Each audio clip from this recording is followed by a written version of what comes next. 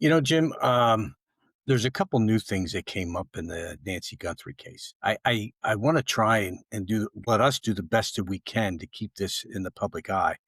And I think that with Savannah Guthrie coming out last week in that interview on the Today Show, I think did just that.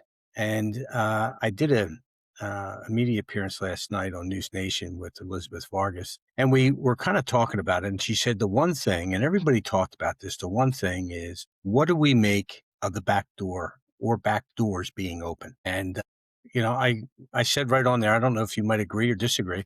I said they were most likely the point of entry into the home rather than be out front where people could see, they'd be in the back. But I don't believe they would ever take her and go through that terrain, which was it's difficult enough in that terrain during the day to be able to walk back through there.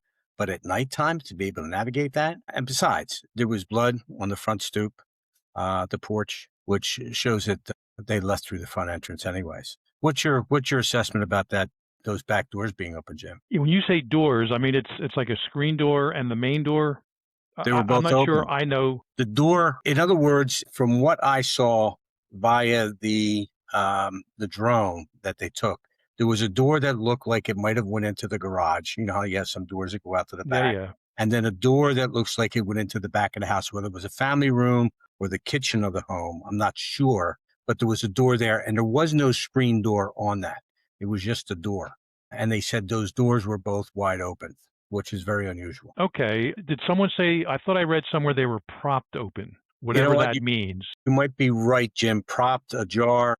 with a rock on the ground or a heavy something from inside the house, or it could just be the button you push on the door jamb, the closer, and prop it open that way. And I'm thinking, if you have to prop a door open, that could mean you're doing the job by yourself. If you have someone there with you, we've all carried heavy equipment into a house, TVs or out of the house, one person to hold the door, the other person carries it, maybe two people to carry something, a third person to hold the door. So I'm not sure we can lock in on anything with that in terms of, but now at least we know, despite the video of the person at the front door, and I'm not sure we clearly know what happened at that front door. Forced entry, it just hasn't been confirmed, and even any entry in the front door besides what we see in the video. But now we know that the back door was somehow utilized. Quite frankly, if I'm taking someone out of a house and you have cars running by the front of the house, I think maybe it may be expeditious to do it that way, to get them out there, and then you can kind of size up, not to walk all the way behind the house in what you were talking about, the tough terrain. I'm not even sure if the pool is behind the house. I think it's off to the side, but they want to make sure they can avoid that, especially with no lights, although at least one person had a mouth flashlight.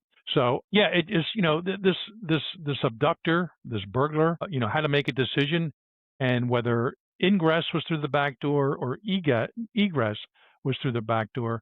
We just don't know that exactly yet, or both. But we still know that there's blood drops on the front, on the stones on the pathway. It seems very close to the front door. So once again, being on the outside, I'm hoping the investigators on the inside know a lot more about this particular, again, the entry and the departure than we do. But the fact that the back door was open does tell you something. They had enough time in that house, it seems, that they could have opened it up and did what they want with it and walked out, make sure they don't hear any sounds, sirens. I'm still not ruling out that people saying he was carrying a walkie-talkie. He could have had a police scanner in his pocket when they think, and obviously a walkie-talkie means he's talking to someone else down the line. It seems they knew not to take a cell phone with them for the obvious reasons of it being tracked. So yeah, I'm not sure what more I can offer regarding that door being open, the back door, or at least utilized. It's not uncommon for burglars sometimes to go in one way, and as long as there's no obstructions or the lock can be easily opened and no one else is going to see them out another way, just go out that way, walk around the house. But somehow Mrs. Guthrie, it seems, was brought out that front door bleeding, and that's how the blood wound up there. Until this person's identified, it may just be a mystery in terms of why that door was open and left open, it seems.